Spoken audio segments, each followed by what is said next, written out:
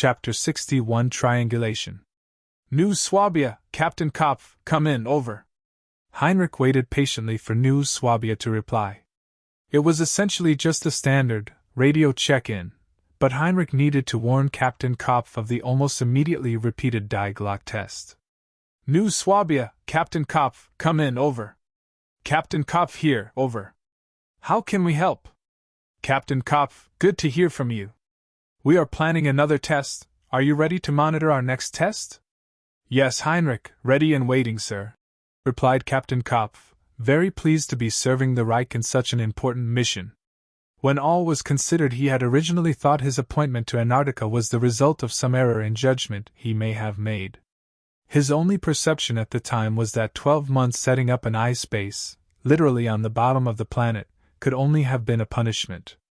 As it turned out, though, fate, or good fortune, had shone upon him and his crew with not only one gift, that of the ancient citadel, but also the testing of some wonderwaffe for the Ahnenerbe.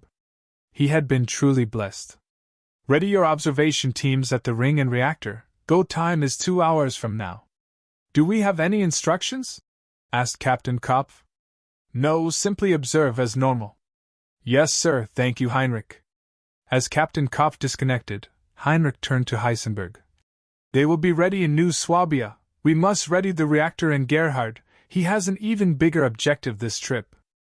I can see how we can determine the return of Die Glocke, but how are we hoping to control it in relation to it staying there long enough for someone or something to leave or enter it? Surely that means we have to lose contact with it, asked Heisenberg as he and Heinrich walked back to the control room. Yes, I know. I am having troubles with this myself. So far, any attempt to leave Die Glocke causes some form of anomaly interrupting the aurora, which in turn prematurely terminates the Bifrost, resulting in Die Glocke snapping back to DG-001.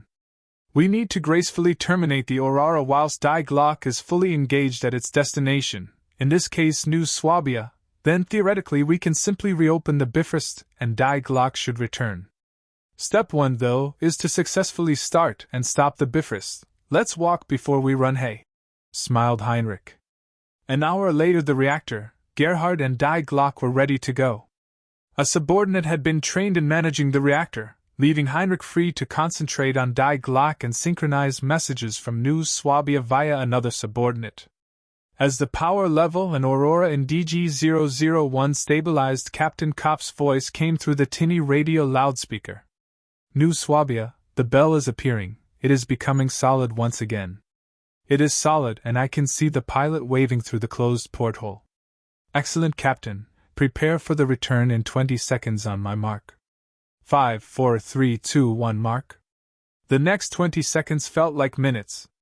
Die Glocke continued to sit there perfectly in the ring. Gerhard, unknown to the people in New Swabia, continued to wave through the porthole, and blue energy rippled across the ring as the reactor in the next chamber throbbed and pulsed as if it were alive.